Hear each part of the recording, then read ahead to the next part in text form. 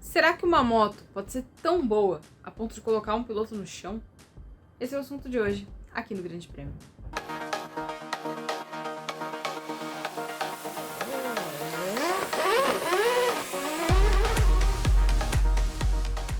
Nas duas últimas etapas da MotoGP, Francisco Bagnaia jogou fora, completamente no lixo, 45 pontos.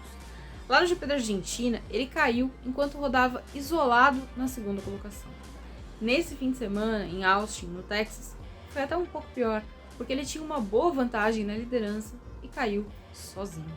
E aí muita gente começou a se perguntar, né? Será que o Pecco voltou àquele hábito do ano passado, quando a primeira parte da temporada foi marcada por uma série de erros, e aí ele viu o Fábio Quartararo abrir mais de 90 pontos de vantagem na liderança do campeonato?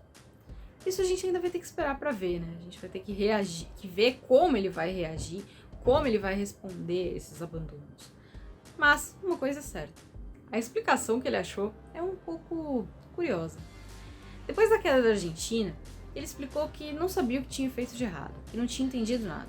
Mas quando ele chegou em Austin, ele reconheceu que ele estava um pouquinho acima do ponto, e aí foi isso que resultou na queda. Dessa vez, porém, a explicação foi completamente diferente. A teoria do Pecco é que a Ducati é tão boa, mas tão boa, que ele não tem aviso quando vai cair. De acordo com ele, o que acontece é que a moto é muito estável. Então ele não tem aquele feedback de quando o pneu está no limite. Ele não consegue perceber isso, porque a moto acaba mascarando isso daí. Ele mesmo admitiu que era uma teoria louca, e que a gente podia chamar ele de louco por causa disso. Mas jornalistas que estavam por lá, né, inclusive o Simon Peterson do The Race, levou essa teoria pro Johan Zarco, que tem a mesma moto do Pecco, e perguntou o que ele achava. E aí o Zarco falou, faz sentido. Não acontece comigo porque eu não tô tão no limite, mas o Pecco tá, porque ele se sente bem, é rápido, tá confiante, então ele vai no limite da moto, e aí acaba caindo sem aviso. É uma teoria bem maluca, é verdade. Como é que uma moto pode ser tão boa a ponto de ser a culpada pela sua queda? Mas até que faz sentido a explicação dele. Afinal, se a moto é tão estável, a gente acaba perdendo um pouco essa noção, né? Eles acabam não tendo essa resposta que eles precisam para perceber quando algumas coisas estão fora do lugar. O fato é que o Pecco, se quiser renovar esse título, vai ter que se comportar de um jeito diferente daquele que ele fez em 2022.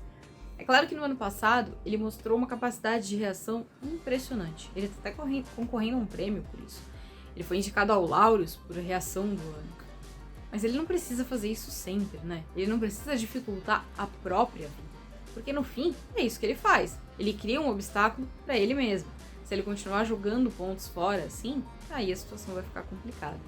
Ele chegou no Texas dizendo que estava inconformado, estava bravo, estava irritado mesmo com o que aconteceu na Argentina. Então o objetivo era conseguir responder a isso, conseguir reagir a isso. E ele não conseguiu. Só na sprint. Ele tinha a pole, tinha a vitória na corrida sprint e podia completar mais um fim de semana 100%, repetindo aquilo que ele fez lá na abertura do campeonato em Portimão. Mas essa queda acabou jogando tudo pelo alto, né? Marco Bezzecchi tomou a liderança com a vitória dele lá na Argentina, mas o Pecco, durante boa parte da temporada, da corrida no Texas, quando a gente olhava aquela classificação ao vivo, ele estava não só retomando a ponta, como abrindo uma certa vantagem. E agora foi o Marco que conseguiu ampliar ali a margem que ele tinha no comando do campeonato. Claro, ainda restam muitas corridas pela frente. Ele consegue revirar esse jogo e ele até tem uma boa margem para isso. Só que ele vai precisar ser tão estável quanto ele diz que a moto é. Não dá para ser irregular. Porque, o Joamir tá aí para não deixar a gente mentir. A regularidade faz a diferença no campeonato. O Joamir, para quem não lembra, venceu o campeonato com uma única vitória. Mas porque ele era sempre um piloto muito regular. Então é preciso também pensar nisso. Pensar em não jogar pontos fora, em não desperdiçar oportunidades. E isso o Pecco fez em 2 das 3 primeiras etapas do ano. Vai precisar melhorar, vai precisar se encaixar. Porque no ano passado, uma coisa é importante a gente dizer. Se o Fábio Quartararo não tivesse tido problemas e desafios extras ali na segunda parte do campeonato, talvez o Pecco não tivesse conseguido recuperar. Porque a montanha de pontos era muito alta. Ele tinha que recuperar muita pontuação mesmo para conseguir inverter o jogo. Não é sempre que isso vai acontecer. Até porque o Quartararo já se colocou fora da briga do campeonato. Ele já falou que não tem como, que do jeito que a moto tá, não dá. Então, possivelmente, não será ele o adversário. Mas existem outros. A própria Ducati tem um elenco ali de peso, né? A gente viu que os meninos da VR46 estão competitivos. O Jorge Martin estava doente esse fim de semana, então, né, vamos dar um desconto para ele. Mas ele tem uma boa moto, porque tá com a moto de 2023 e é um piloto que costuma ser competitivo.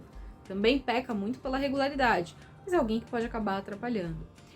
Alex Marques foi competitivo, teve problemas esse fim de semana também, mas são pilotos ali que podem dificultar. E a gente sabe que o Enea Bastianini tá fora por causa de lesão, mas vai voltar.